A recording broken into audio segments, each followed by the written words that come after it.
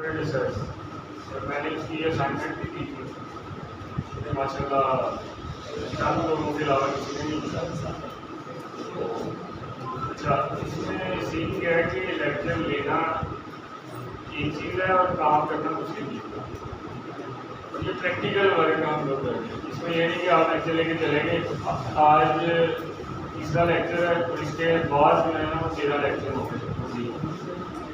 जो प्रैक्टिस नहीं करेगा वो 13 लेक्चर के बाद 11 होगा कि ये मसला पार है, ये ना बात नहीं है।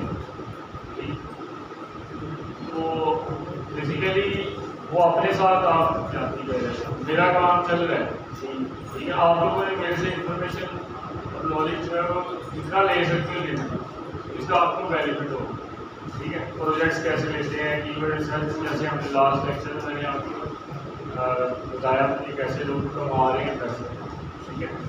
तो प्रैक्टिस नहीं करोगे तो बिल्कुल नहीं होगा। स्ट्रेंथ जो है वो कम होती जा रही है, स्ट्रेंथ कम होनी है, ठीक है। नेक्स्ट वाले लेक्चर में मुझे फील है कि मतलब हो सकता है मैं गलत नहीं हूँ, 3-4 लाइनें होंगी, ठीक है। तो सिर्फ वही लोग होंगे जो स्ट्रगल करने वाले लोग होंगे, ठीक है। तो जिसने करना है अपने लिए करना है और आपने अपने लिए प्रैक्टिस करनी है, मेरे लिए नहीं करनी, ना ही किसी दूसरे जो आपके साथ बैठे उसके लिए करनी है। तो इसलिए जो चीज़ें आप जिन्होंने सेंड की हैं उनको मैंने कमेंट्स भी किए हैं, किसी की जो गलती है तो मैंने उसको बताया ताकि उसको आइडिया होगा कि जो मैंने काम किया उसमें कहाँ पे सेटिंग अच्छी हो सकती है और किस तरह, ठीक है। और मज़ीद ये है कि जब आप प्रैक्टिस करोगे तो आप क्वेश्चन करोगे, तो जब प्रैक्टिस नहीं करोगे तो क्वेश्चन कर सकते हो। अभी मेरा 10-15 मिनट का रखते हैं, मुझे नहीं लगता कोई क्वेश्चन ठीक है, चलो पूछते हैं। किसी का कोई क्वेश्चन है लास्ट लेक्चर के हवाले से? मेन कीवर्ड के हवाले से जानना था। सर मेन कीवर्ड के हवाले से जानना था, वो कैसे निकालेंगे हम? मेन का मतलब है प्राइमरी कीवर्ड, ठीक है। प्राइमरी कीवर्ड जो होता है, अगर आप अपनी वेबसाइट या अपना बिजनेस स्टार्ट करने लगे तो प्राइमरी कीवर्ड का मतलब क्या है कि आप जैसे आज देसी फार्म में क्या है, मेरे पास काम पैसे पड़े, मैंने काम करना है, कौन सा काम करना है, पैसे आ गया है। अब डिजिटल फार्म में एसईओ की लैंग्वेज में कीवर्ड, पहला कीवर्ड फाइंड करना आपके लिए बिजनेस फाइंड करने के मुताबिक, ठीक है। पहले आपने कीवर्ड, और कीवर्ड से पहले आपकी निश होगी। निश जैसे मैंने बताया था क्या होता है, कैटेगरी, कि किस कैटेगरी में जाके आप काम करोगे। जैसे डेंटिस्ट है, डेंटिस्ट एक कैटेगरी है, उसमें आप लोग अगर डेंटिस्ट हो तो उसमें काम करोगे। और ऑनलाइन बेबी स्टोर है, बच्चों की कैटेगरी है, फिर बेबी स्टोर के अंदर नीचे बड़ी स्टोर है, लाइक खिलौने ज़्यादा हो सकते हैं, कपड़े वगैरह ज़्यादा हो सकते हैं, गार्मेंट्स वगैरह। अब ये क्या हो रहा है, बिजनेस रिफाइन होता जा रहा है, ऐसा ऐसा तरीके में जा रहे हैं। अगर आपने जनरल स्टोर ओपन करना है आप कर सकते हैं। ये फैसलाबाद में बेबी स्टोर .pk के नाम से वेबसाइट है, ठीक है। पर्सनली जानता हूँ, तो वो स्टोर चला रहा है, वो सिर्फ टॉयज सेल करता है, साइकिलें और गाड़ी बच्चों बड़ी। अब उसे पता है कि मेरा ये बिजनेस है, अब उसने जो कीवर्ड्स फाइंड करने, अब बिजनेस पता चल गया कि क्या करना है, उसके बाद में आपने कीवर्ड रिसर्च पे आना। बात समझे? अब आपने पहले दिन ही कीवर्ड पे नहीं आ जाना। या तो ये जो बेबी स्टोर खिलौने क्लाइंट आके आपको कहेगा कि मेरा ये बिजनेस है और इस बिजनेस की मैं एक्सपी करवाना चाह रहा हूँ, तो आपका ये मामला तो खत्म हो गया। लेकिन अगर आपने अपना बिजनेस रन करना है तो सबसे पहले तो आपको अपना बिजनेस पता होना चाहिए कि आपने कौन सा बिजनेस रन करना है, उसके बाद ही कीवर्ड रिसर्च करेंगे, ठीक है। अब जैसे बेबी स्टोर का पता चल गया, आप पता चला कि टॉयज के अंदर जाना है, तो टॉयज के अंदर आपके, अब जब आप कीवर्ड रिसर्च प्रैक्टिस करोगे ना तो आपको ये चीज़ें ऑटोमेटिकली आ जाएंगी। मैंने टॉयज पे कभी काम नहीं किया, लेकिन मेरे जहन में कीवर्ड्स हैं, टॉयज इन Pakistan, online toys Faisalabad, toys near me, toy shop, baby toys. अब ये क्या है, कीवर्ड्स हैं। लेकिन ये कौन से कीवर्ड्स हैं, सीड्स कीवर्ड है। सीड्स कौन से होते हैं, बीज लगाते हैं ना तो बनता है। तो सीड कीवर्ड का मतलब है कि आइडिया है मेरे पास, मेरे जहन में आइडिया, ये आइडिया मैंने रिफाइन किस तरह करना है, गूगल कीवर्ड प्लानर से। आप समझे? अब मेरे जहन में कीवर्ड है बेबी बेबी टॉयज के नाम से, ये कीवर्ड है। लेकिन इस कीवर्ड की हो सकता है सर्ची ज़्यादा हो और कंपटीशन हाई हो, क्योंकि शॉर्ट टर्म है। तो मैंने इसको रिफाइन करना है। रिफाइन कैसे करना है ताकि मैं रैंक भी जल्दी करूँ उन कीवर्ड्स पे और मुझे बिजनेस भी आए इनिशियली। कोई बंदा अब कीवर्ड बैड रिसर्च कैसे होगी, कोई कहता है जी मैंने टॉयज मेरा कीवर्ड है, इस पर रैंक करते हो तो मिलियंस में सर्चिज है, लोग ऐसे आएंगे ये वो, तो रैंक करवाते पता चले 5 साल लग गए। बिजनेस तो पहले दिन से ब्लॉक हो गया क्योंकि आपकी जो बुनियाद थी वो फारी गई। तो इसलिए जो सीड्स कीवर्ड क्या होते हैं, आपको आइडिया आ गया कीवर्ड्स का, मेन कीवर्ड्स का। बेबी टॉयज को आपने जाके गूगल कीवर्ड प्लानर से लिखा, वहाँ से फिर कीवर्ड्स आए इससे रिलेटेड।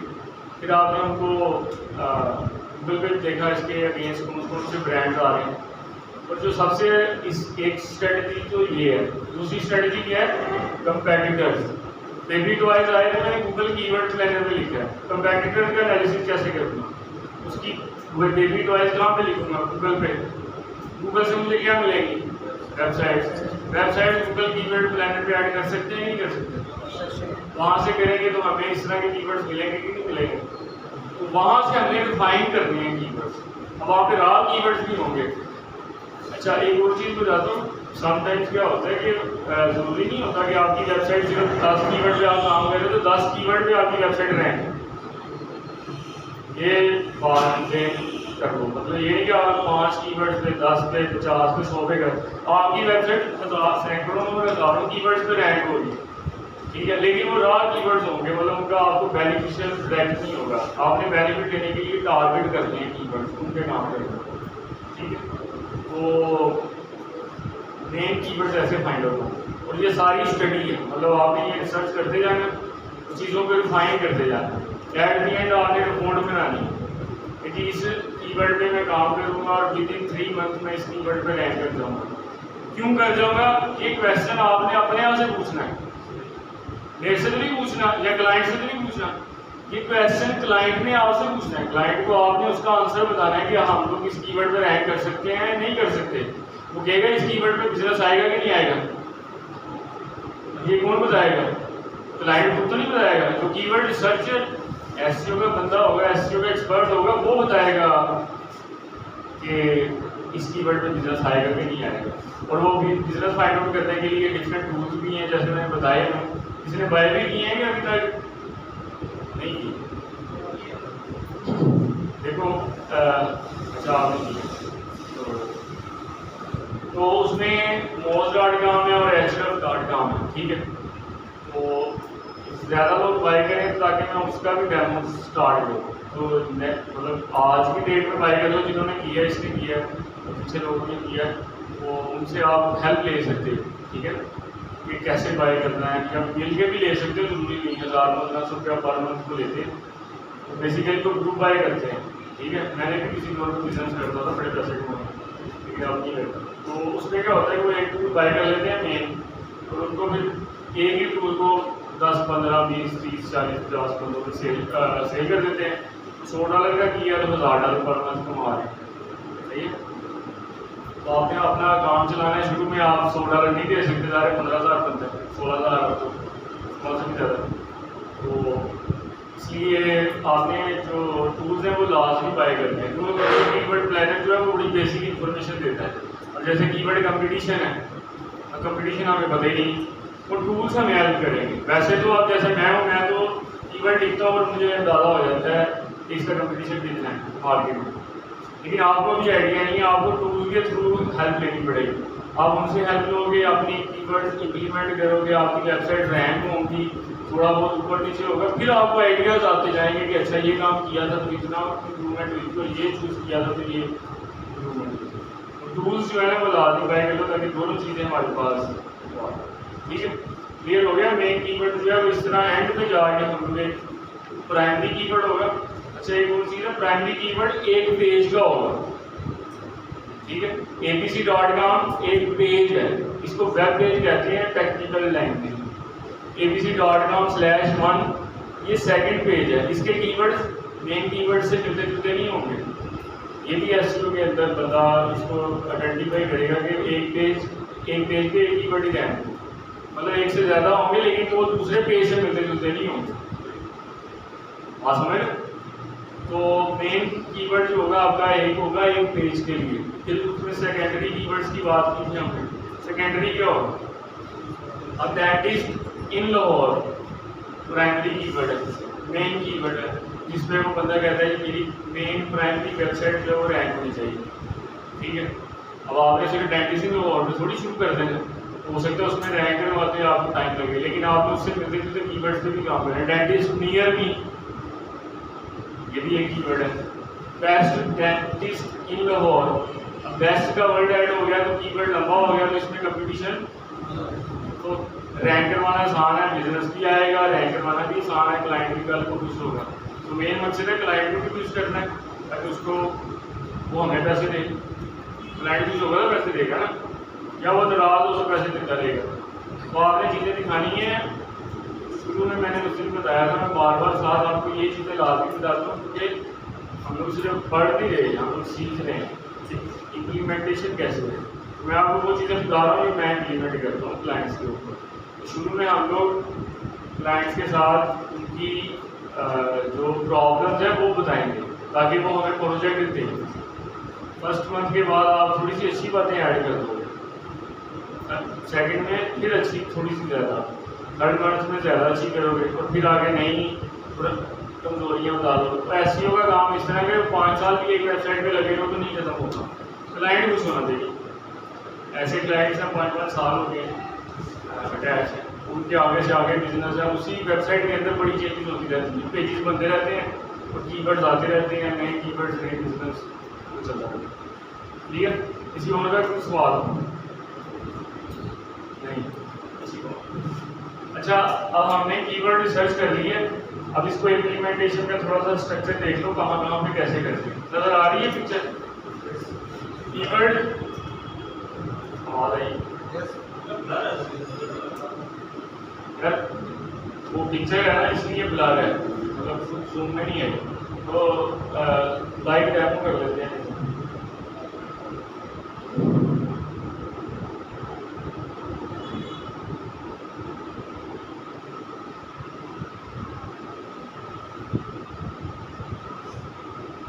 बेसिकली विकिपीडिया का पता होगा आपको, जो स्टडी करा करते हैं, ये विकिपीडिया का पेज था जो मैं शो करवा रहा हूँ।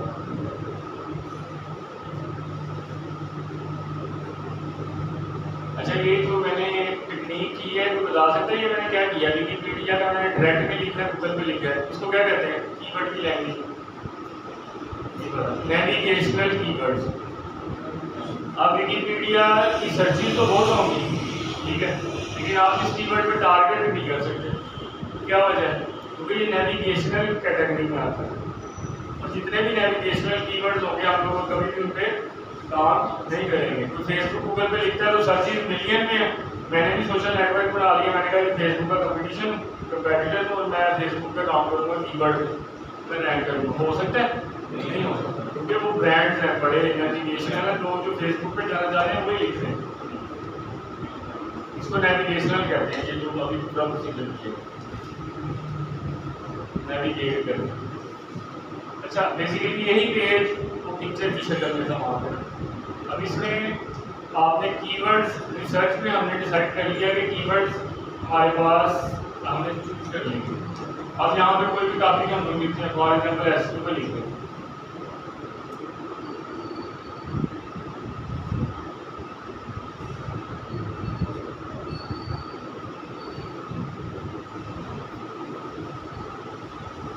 ठीक है। अब ये विकिपीडिया क्या है? मेन वेबसाइट है, उसके अंदर सर्च इंजन ऑप्टिमाइजेशन का एक पेज है। विकिपीडिया का अगर नहीं पता तो जाके सर्च कर लेना, ये डेटाबेस है, मतलब डिफरेंट टॉपिक्स के बारे में काफ़ी बड़ी वेबसाइट है। फ्लैश बात करते हो नीचे किसी और की नजर नहीं आता। अच्छा, इसमें प्राइमरी कीवर्ड हमारा कौन सा है? Search engine optimisation. अब कीवर्ड की प्लेसमेंट देखे जाना, ठीक है। आप लोगों ने देखना है कि कीवर्ड्स हमने चूज कर लिया, लगते कहाँ पे और कैसे लगाते हैं। तो ब्रांड्स हैं और बड़ी वेबसाइट, ये ऊपर यूआरएल देखो, क्या लिखा होगा? wikipedia.com/सर्च इंजन ऑप्टिमाइजेशन। अब जब भी आपने मेन कीवर्ड पे काम करना है तो मेन कीवर्ड आपका यूआरएल पे होना चाहिए। अगर तो सेकेंडरी पेज है, मेन पेज पे तो आप नहीं कर सकते। जैसे wikipedia.org मैं अगर वेबसाइट पे बना दूँ इस तरह की, तो मैं अगर सर्चिंग, जैसे मेरी अपनी वेबसाइट है umaranese.com, तो उसमें मैं इस कीवर्ड को अगर रैंक करना चाह रहा तो मुझे यूआरएल तो मैं बना नहीं सकता, तो क्या करूँगा उसको, ये चीज़ मेरी एक्सेप्ट हो जाएगी, ठीक है। लेकिन बेनिफिट ज़्यादा इसे मिलेगा मेरी सिंपल डोमेन के ऊपर। तो यूआरएल में हमने मेन प्राइमरी कीवर्ड को क्या करना है, ऐड करना, ठीक है। यूआरएल का सबको पता क्या होगा। अच्छा, अब ये मेन हेडिंग है, टाइटल किसे कहते हैं। हर वेबसाइट के अंदर एक टाइटल होगा और टाइटल के अंदर प्राइमरी कीवर्ड हमेशा ऐड होगा जिसकी प्रॉपर बेस्ट एसईओ होगी, यहाँ पे आएगा, ठीक है। अच्छा, नीचे आओ थोड़ा सा, ये नीचे लाइन लिखी है लेकिन यहाँ पर आओ तो एक कर्सर बन जाता है, हाथ का निशान बन जाता है। ये क्या चीज़ है, इसको कहते हैं इंटरनल लिंक। आगे जाके आएगा उसका मैं थोड़ा सा डेफिनेशन बता दूंगा। इसको कहते हैं इंटरनल लिंक। इंटरनल लिंक क्या है, अब एसईओ के अंदर वेबसाइट ट्रैफिक की बात हो रही है, वेबसाइट ट्रैफिक का जिक्र हुआ तो उसने अपना विकिपीडिया ने दूसरा पेज यहाँ पे लिंक कर दिया। एसईओ का अगर पेज रहेगा तो मैं डायरेक्ट ऑडियंस भी हूँ, लेकिन गूगल को इसका क्या बेनिफिट हुआ है कि अगर किसी उसके नॉलेज में जब उसने क्रॉलिंग शुरू किया तो उसने वेबसाइट ट्रैफिक देखा और उसके अंदर लिंक लगा हुआ है सेकेंड पेज का जहाँ पे वेबसाइट ट्रैफिक की बात हो रही है। तो गूगल के अंदर में जब वेबसाइट ट्रैफिक लिखूंगा तो गूगल इसको भी प्रेफर करेगा, इसके वेबसाइट ट्रैफिक के पेज। इंटरनल लिंक की इंपॉर्टेंस बता रहा हूँ, ठीक है। तो आगे जब उसकी स्लाइड है प्रॉपर तो कुछ आएगी तो मैं बताऊंगा कि क्यों लगाते हैं और उसका जैसे बैकलिंक भी बोलते हैं, बैकलिंक भी बोलते हैं, लेकिन इंटरनल बैकलिंक। इंटरनल का क्या मतलब है, बैकलिंक है लेकिन इंटरनल का मतलब है कि अपनी वेबसाइट से दूसरी, अपनी वेबसाइट के एक पेज से अपनी वेबसाइट के दूसरे पेज को लिंक हो गया। अब यहाँ पे थर्ड पार्टी वेबसाइट का कोई रोल नहीं। इंटरनल का लफ्ज निकाल दोगे तो बैकलिंक आ जाएगा जो एक वेबसाइट से दूसरी वेबसाइट में मिलेगा। यहाँ पे वेबसाइट सेम है, ठीक है। तो इसको हम लोग कहेंगे इंटरनल बैकलिंक और इसकी बहुत ज़्यादा वर्थ होती है। वर्थ क्या होती है, जितनी वर्थ बैकलिंक की होगी उतनी इसकी होगी। अगर ये पेज ज़्यादा गूगल में रैंक करता है और ट्रैफिक ज़्यादा है तो उतना ही वेट उसकी दूसरी पेज को मिलेगा। अगर उसका वेट कम है, अगर वो रैंक नहीं कर रही, फॉर एग्जाम्पल वेबसाइट ट्रैफिक या वेब डेवलपमेंट या जिस कीवर्ड में भी उसको पेज बना हुआ है, अगर वो पेज पे वेबसाइट रैंक नहीं करेगी तो यहाँ पे इंटरनली लगवाने की वजह से हो सकता है उसके पेज की वर्थ से इंक्रीज हो जाए। तो इंटरनल लिंक हमें ऑन पेज एसईओ के अंदर लगा। अच्छा, ये तो पता है कि हम लोग ऑन पेज एसईओ की बात कर रहे हैं। ये अब ऑन पेज एसईओ का मतलब है कि वेबसाइट के अंदर चेंजेस आ रही है। यूआरएल में यूआरएल बनाया, कीवर्ड मेन ऐड किया तो on page SEO. Internal link लगाया तो क्या होगा, ऑन पेज एसईओ, ठीक है। अच्छा, ये देखो आप स्ट्रक्चर बनाया हुआ प्रॉपर, और ये इंटरनल लिंक की वर्थ देखो कितनी है, देख रहे हो। ये सारे जो ब्लू कलर में आपको नजर आ रहे हैं ये इंटरनल लिंक लगे हुए हैं जो दूसरी तरफ पेज पे जाते हैं। अच्छा, यहाँ पर वेबसाइट आएगी, ये इमेज है, ठीक है। इमेज ये तो आपको शो हो रहा है, मैंने शुरू में शायद बताया एक इमेज आल्ट टैग होता है। आल्ट टैग का क्या मतलब होता है, अल्टरनेटिव टेक्स्ट कहते हैं उसे। टैग होता है एचटीएमएल की लैंग्वेज में, उसे टैग कहते हैं। अब यहाँ पर तो आपकी इमेज शो हो रही है लेकिन बिहाइंड द सीन एक आल्ट टैग भी लगा हुआ। वो टैग जो होगा वो हमारा प्राइमरी कीवर्ड वहाँ पे हमको ऐड करेंगे। और अगर इमेजेस ज़्यादा है, अच्छा एक क्वेश्चन है जनरल नॉलेज का इसी हवाले से। मेरा एक कीवर्ड है सर्च इंजन ऑप्टिमाइजेशन, तो मैं हर जगह पे सर्च इंजन ऑप्टिमाइजेशन ऐड करता जाऊँ तो फायदा होगा या नुकसान होगा। इस नुकसान को कहते हैं कीवर्ड स्टफिंग। लिख लो, ये स्लाइड में नहीं है, कीवर्ड स्टफिंग वाला वर्ड लिख लो, जाके पढ़ना कि क्या होता है, मतलब मजीद सर्च करना। मैं थोड़ा सा बता दूँ कीवर्ड स्टफिंग क्या होता था। शुरू में आज से 8-10 साल पहले जब हम लोग एसईओ करते थे तो हम लोग टाइटल में भी डिस्क्रिप्शन में भी साथ बार बार उसी कीवर्ड को हाईलाइट करते थे, एक ही प्राइमरी कीवर्ड को। अब उससे क्या होता था, जो क्रॉलर होता था वो अब उसके लिए तब नुकसान नहीं था, तब बेनिफिट होता था, वेबसाइट जल्दी रैंक कर जाती थी। लेकिन गूगल ने फिर अपडेट निकाली और उसने इसको पेनल्टी निकाली कि भाई ये जो काम करेगा ये इलीगल काम है, और ये जो अब करेगा उसको हम लोग इसकी जो रैंकिंग है उसको डिक्रीज करेंगे, बजाय इसके कि इंक्रीज करेंगे। डिक्रीज का मतलब है नीचे लेके जाना, इंक्रीज यानी कि ऊपर ले जाना। तो इसकी कोई डेंसिटी कोई स्पेसिफिक है, कितनी डेंसिटी होगी? ये डेंसिटी का ये जो वर्ड यूज़ कर रहे हैं, डेंसिटी का मतलब होता है कि ये कितनी रेशो, मतलब अगर ये कंटेंट लिखा हुआ है तो कितने कंटेंट के अंदर प्राइमरी कीवर्ड जो है कितनी दफ़ा यूज़ होगा, डेंसिटी कहते हैं उसे एसईओ की टर्म है। ठीक है, तो ये डेंसिटी वाला वर्ड भी लिखो, कहीं भी लिखा। तो डेंसिटी क्या होता है कि आप एक प्राइमरी कीवर्ड अपने कितने वर्ड्स के अंदर कितनी दफ़ा ऐड कर सकते हो। तो जो मैं प्रैक्टिस यूज़ करता हूँ 500 वर्ड का अगर आपका कंटेंट है ना, आर्टिकल लिखा हुआ है, तो वो ऑलमोस्ट जो प्राइमरी कीवर्ड होगा वो 1 से 2 दफ़ा यूज होगा। ठीक है, तो ये अच्छा ये प्रैक्टिस है, हर बंदे की अपनी टेक्निक होती है।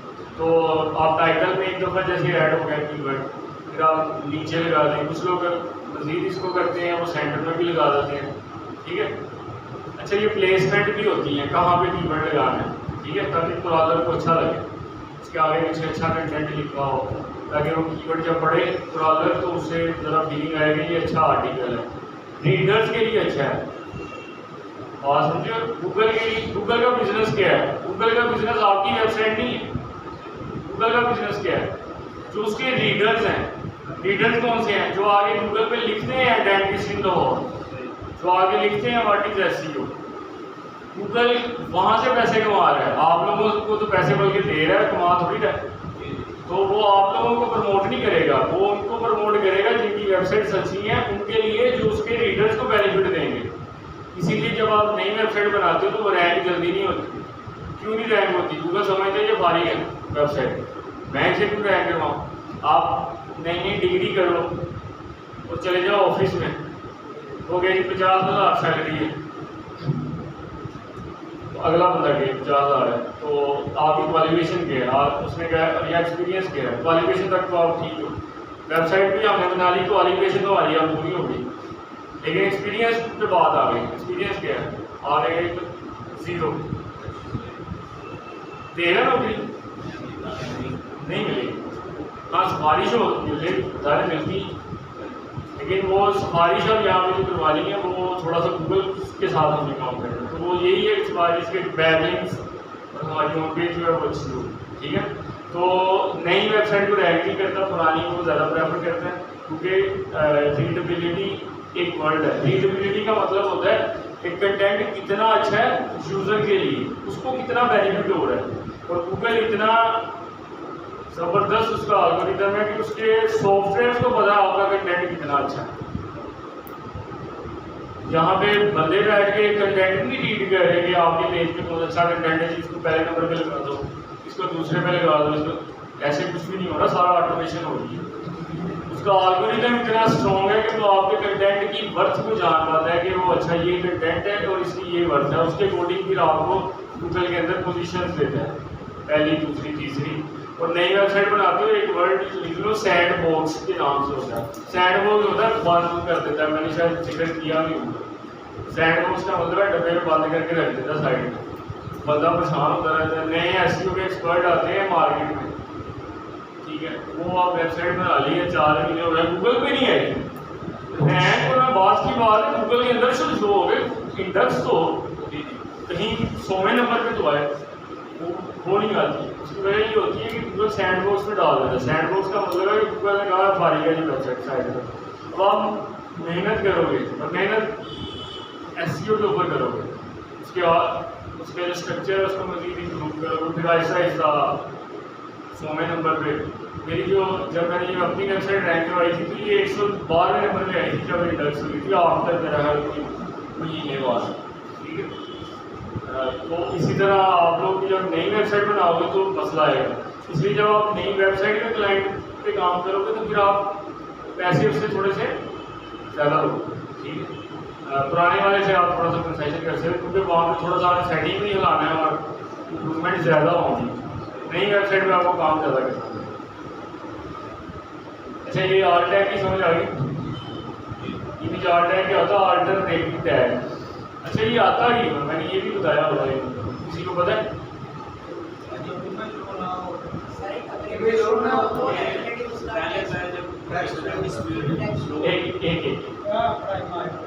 माइक दे दो ना, जिसके बाद जरा सबको पता नहीं। फोन कर रहा हूँ।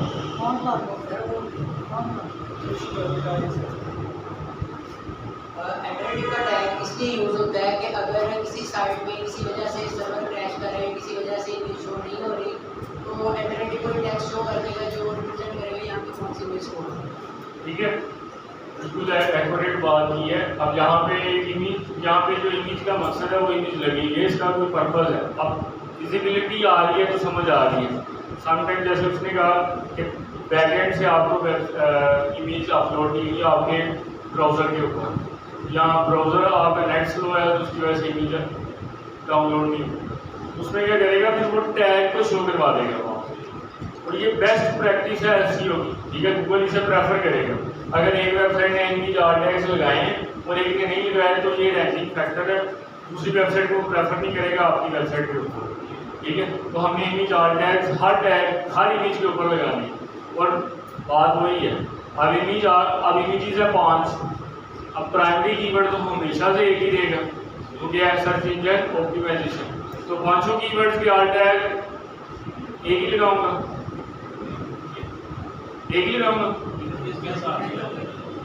कभी भी एक नहीं लगाऊंगा, ठीक है। इस पर भी कीवर्ड स्टफिंग वाला इंप्लीमेंट होता है। आपने इमेजेस लगाने हैं रिलेटेड टू इमेज का सीन देख के, ठीक है, और इमेज आपके रिलेटेड होने चाहिए SEO के। तो आपने जो टेक्स्ट यूज करना है वो क्या करना है?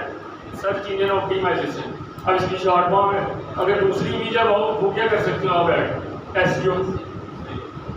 तीसरी इमेज है उसके अकॉर्डिंग बैकलिंक्स इन SEO। अब क्या सीन हो रहा है?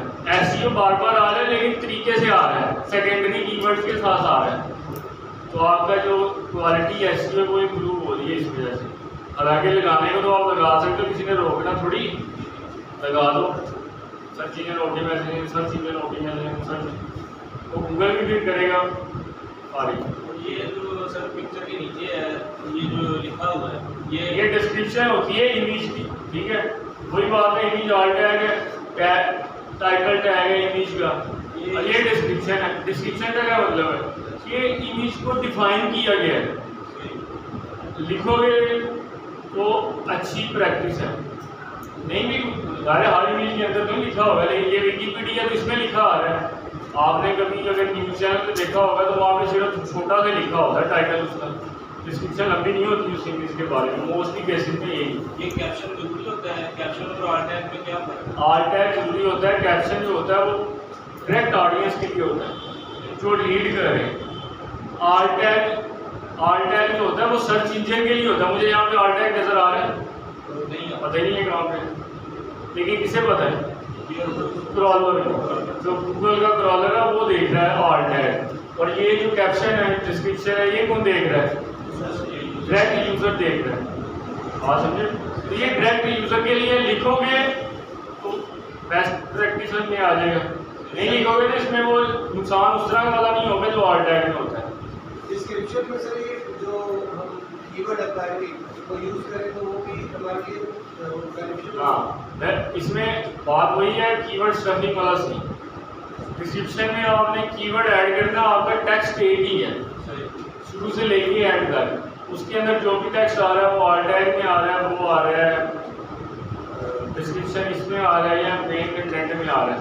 तो कीवर्ड्स आपने वाइजली यूज करने हैं, समझदारी से, कंटेंट की मुनासबत से। तो बात वही है कि बार बार उसी कीवर्ड को करोगे तो वो कीवर्ड स्टफिंग में आएगा।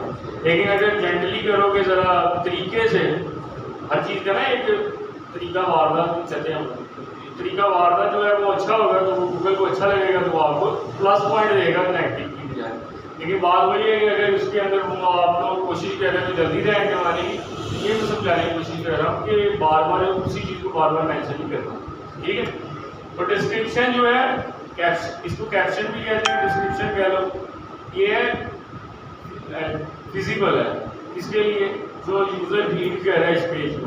ऑल टैग में नज़र आ रहा है, नहीं आ रहा, तो ऑल टैग है फॉर गूगल ब्राउज़र के लिए। क्लियर है जी? ये और क्वेश्चन ऑल टैग में ज़्यादा ही हो गया।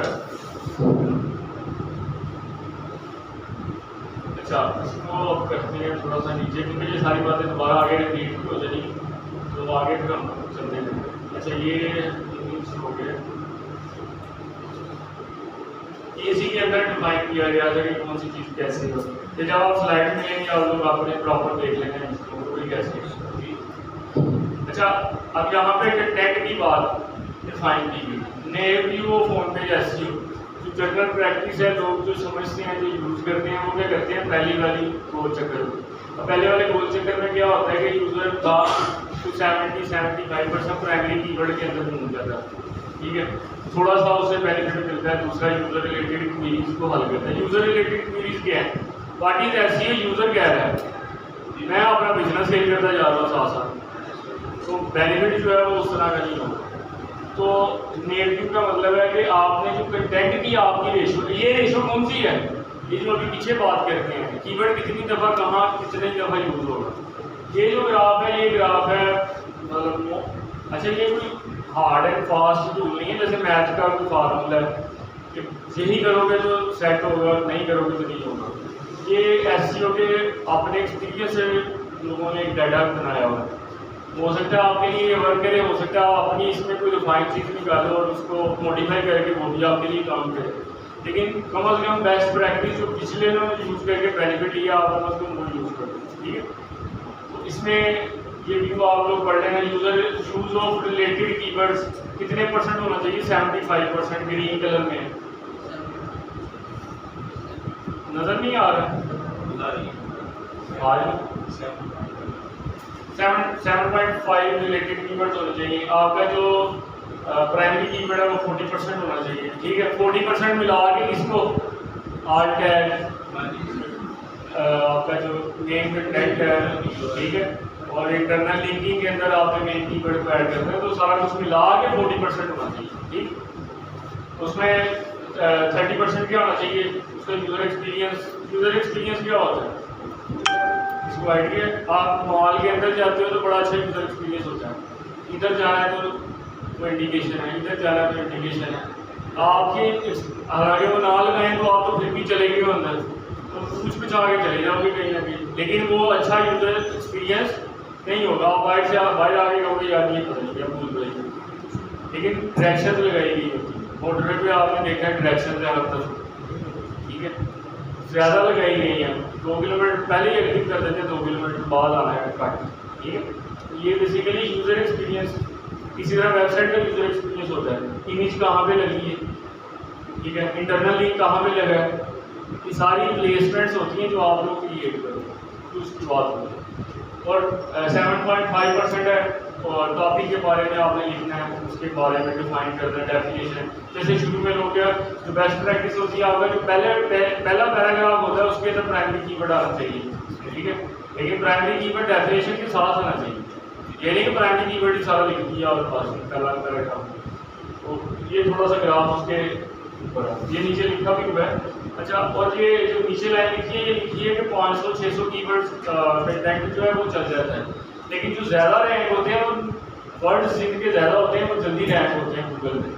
ठीक है, और वर्ड इतने हो कम से कम 2000, 1500, 2000 मैक्सिमम जितना भी हो, वो ज़्यादा बेनिफिशियल है रैंकिंग में। ठीक है, अगर आपने किसी हाई लेवल वेबसाइट को आउट रैंक करना है, फिर आपने ज़्यादा वर्ड्स का कंटेंट लिखना है, क्योंकि ज़्यादा वर्ड का कंटेंट लिखोगे तो ज़्यादा डिटेल में उस टॉपिक को करोगे। ठीक है, ये वो चीज़ है, इसको बहुत मज़ीद देख लेना। अच्छा, ये यूआरएल का स्ट्रक्चर है। ठीक है, 3 कैटेगरी बताई गई। पहली में यूआरएल देखो, mydomain.com/pub/